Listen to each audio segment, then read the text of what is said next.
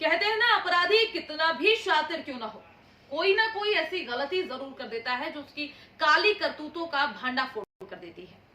आज की हमारी जो कहानी है वो एक मंदिर के पुजारी की है जिसका नाम है साईं कृष्ण।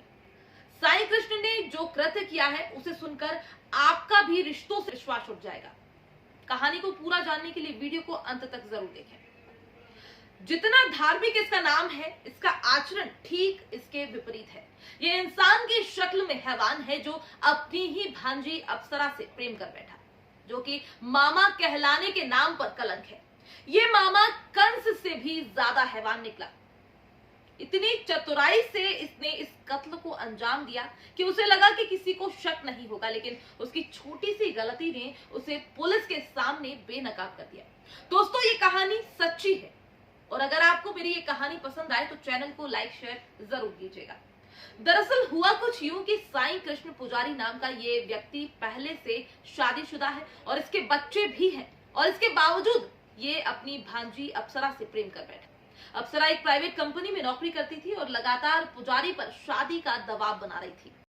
आए दिन दोनों की शादी की बात को लेकर झगड़े होते थे और जब झगड़े बहुत ज्यादा बढ़ गए तो अप्सरा पुजारी को धमकी देने लगी कि अगर तुमने मुझसे शादी नहीं की तो मैं सबके सामने तुम्हारा पर्दाफाश कर दूंगी। और अप्सरा की इन धमकियों से परेशान होकर पुजारी ने उसे मारने का फैसला कर लिया और अप्सरा को बाहर घुमाने के लिए बोलकर पुजारी उसे अपनी कार में बैठा कर ले गया और उसे मौत के घाट उतारकर उसके शव को मंदिर के पीछे मेन हॉल में फेंक दिया। इसके बाद वो अप्सरा की माँ के पास गया और अप्सरा के बारे में पूछने लगा तो माँ ने बताया कि अप्सरा लापता है।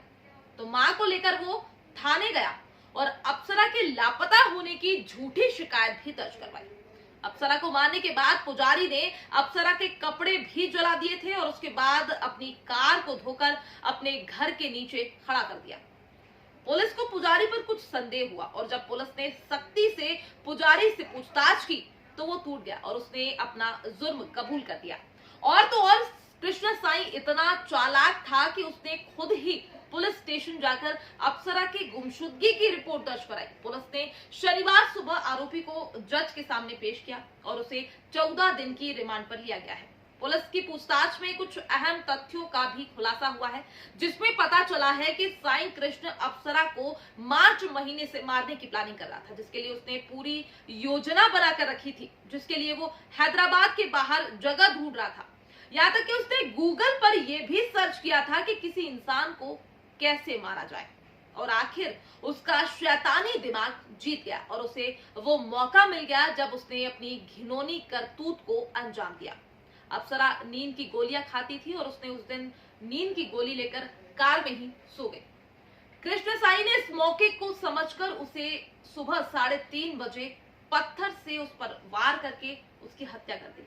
और जब उसे ये विश्वास हो गया कि अप्सरा मर चुकी है तो उसने उसके कपड़े, उसके सामान को वहीं पर जला दिया।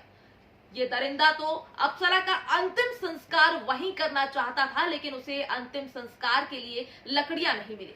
काफी कोशिश करने के बाद भी उसे लकड़ियां नहीं मिली तो उसने अपनी कार की डिक्की में शव को रखा और श्रीनगर में अपने आवास पर पहुंचा और युवती की जूती, कार कवर रास्ते में ही झाड़ी में फेंक दिए। और फिर उसने 5 जून की रात को 9 बजे सरूर नगर में बंगारू में समा मंदिर के पास मेन हॉल में लाश को फेंक दिया और अगले दिन लाल मिट्टी से उसे मेन हॉल को ढक दिया, क्योंकि लाश की बदबू उस पूरे क्षेत्र में फैल चुकी थी। इसके बाद उसने 7 जून को मेन हॉल को कंक्रीट से ढक दिया।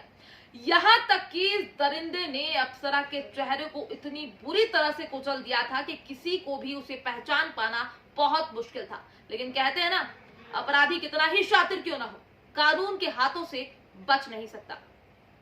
सावधान रहिए, सतर्क रहिए, सुरक्षित रहिए।